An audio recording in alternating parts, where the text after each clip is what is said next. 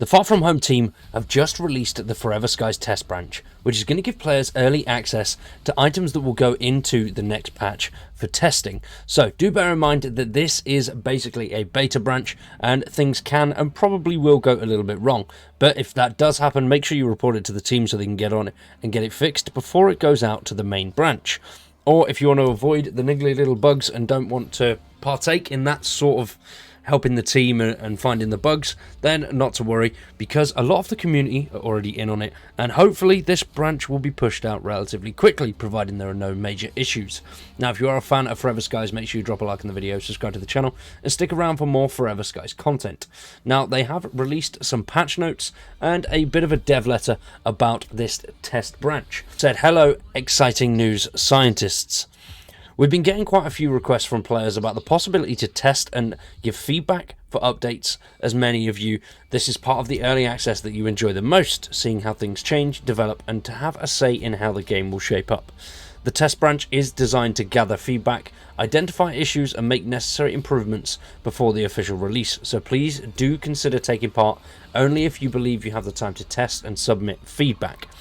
Now, in the description down below, there will be a link to this devlog because it does contain some important information about how you can transfer your saves and how to actually get into the test branch.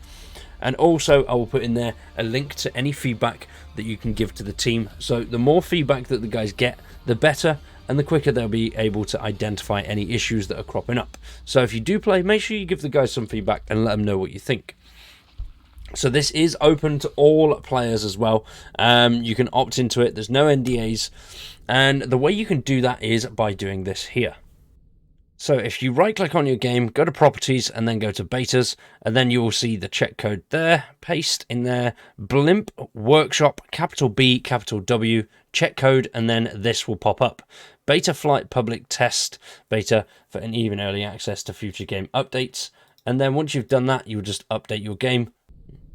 And then you can also import your saves over. So if you do want to play on your current save, which I know a lot of people will do, then there is a way to do that as well. The link to the actual devlog is in the description down below if you want to check that out. I don't want to go over that on screen in case somebody gets the wrong idea and I end up wiping someone's save, or they blame me for ruining a save. So yeah, I'll leave that one to you guys if you do want to check that out. Now, also, once again, you can submit bugs down below in the description box. There is a link there. Please, if you are playing this, definitely help the team out. Now, what is included with this update?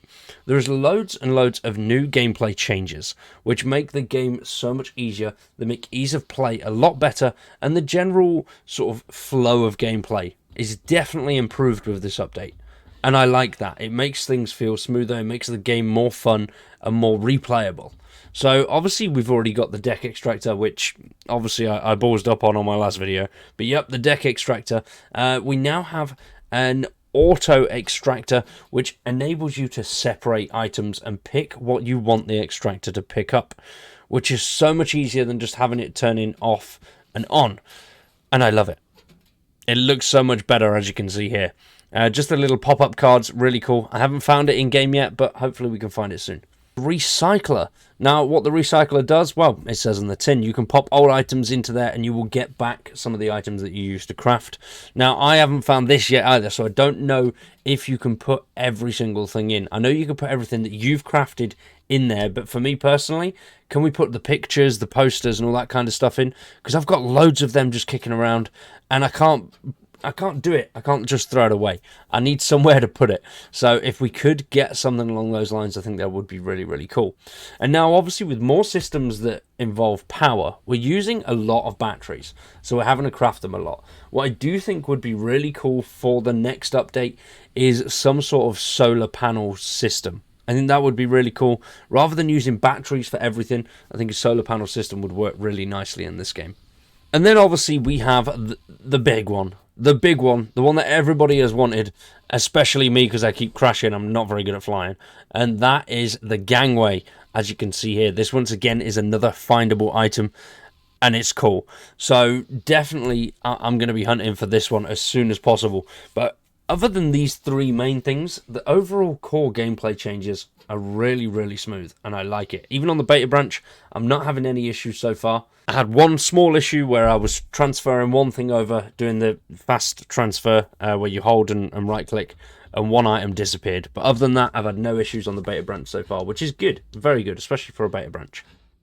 And alongside those new 3 items, we've also got a brand new location, which is the High Point Wind Farm.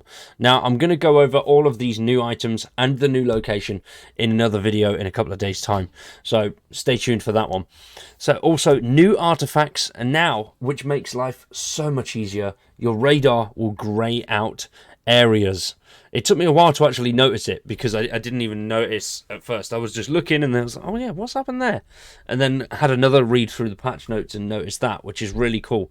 And it just helps eliminate going to the same place over and over again. But now once you've visited a location, it will become greyed out on your radar once you've collected the battery from that location. So if you do go there and you're not intending to collect everything and you want to go back, do not collect the battery. Leave the battery there and it will still stay white on your radar. They've also removed the suit voiceover on immunity raising and decreasing. The water condenser trigger will now be used regardless of the angle. The automated deck extractor and filtering deck extractor, they've added an power on and off option, which has made life so much easier. The fabricator is now added as research to conduct on the research station. They've extracted metal plates on the lift location, has now been saved, and fewer repair patches spawned on locations. I need more repair patches. The amount we're having to bloody repair is ridiculous. The upgraded tool charger is now in the upgrade station and takes a tool charger to craft. Oh, okay. So we don't really need the old tool charger then. So I did wonder, I was playing around with the tool chargers and the upgraded one just works a hell of a lot faster. Obviously before this update you could only put certain tools in each charger, but now it's just the standard tool charger is a little bit slower at charging, whereas the upgraded one you can literally whack it in, wait there for 30 seconds and it will charge your tool. So much better. They've also improved player guidance to the automatic deck extractor, wreck and paint tool locations.